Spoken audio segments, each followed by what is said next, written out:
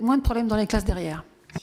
Madame Isabelle Le Callennec, vous avez la parole. Oui, merci Monsieur le Président. Je ne suis pas membre de la commission éducation, mais c'est avec grand intérêt que j'ai regardé votre rapport, tout simplement parce que mon département, l'Ille-et-Vilaine, est candidat à l'expérimentation sur la sectorisation multicollège. Donc ce rapport sur la mixité sociale va nous être très utile, parce qu'en effet, il fourmille d'informations intéressantes. J'ai envie de dire en préambule qu'il aurait été intéressant d'aller jusqu'à, je dirais, une étude aussi par région et par académie, parce que je pense, et je vais y revenir, d'une région à l'autre, les réalités sont très très différentes. Moi, je me réjouis de voir qu'il faut peut-être s'interroger sur les indicateurs. Quand on parle de familles défavorisées, moi je me pose toujours la question de savoir mais quelle est la définition d'une famille défavorisée? Et quand on se contente de dire que parce que vos parents sont ouvriers ou vos employés, vous êtes d'emblée catégorisés dans la catégorie des élèves défavorisés, moi ça me gêne, parce qu'il y a en effet tout un environnement. Si vous évoluez dans un univers où vos parents ont compris que l'éducation, la culture, l'ouverture étaient des choses importantes, c'est pas parce que vous travaillez comme ouvrier ou que vous êtes employé que vous êtes défavorisé. Donc moi je me réjouis du fait qu'il faut adapter les indicateurs et ne pas se contenter, parce que je pense qu'en plus l'OCDE et puis les critères qu'on se donne nous sont peut-être un peu différents. Oui, vous brisez un tabou, c'est celui de redéfinir le temps de présence des enseignants du secondaire dans les établissements. C'est-à-dire que vous proposez de travailler plus pour gagner plus. Alors ça n'a rien à voir, mais en tous les cas, s'il y a plus de présence dans les établissements, je pense que la question se posera aussi de la rémunération des enseignants, ce qui est une vraie question de mon point de vue. Sur l'enseignement privé, alors permettez-moi un témoignage.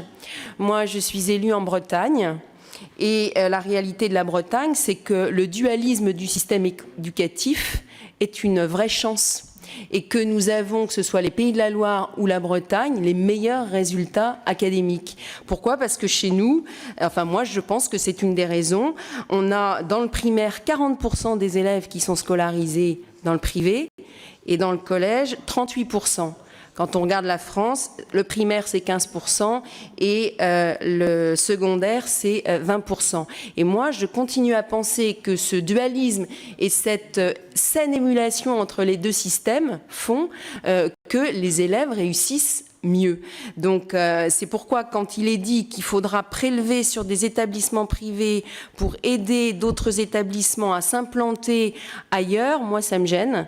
Je trouve que l'enseignement privé et le dualisme de l'enseignement a prouvé qu'il était facteur de réussite pour l'ensemble des élèves. Et je me permets de préciser à cet instant que cette année, on a supprimé des moyens au collège privé, des moyens qui normalement étaient consacrés à l'accompagnement scolaire.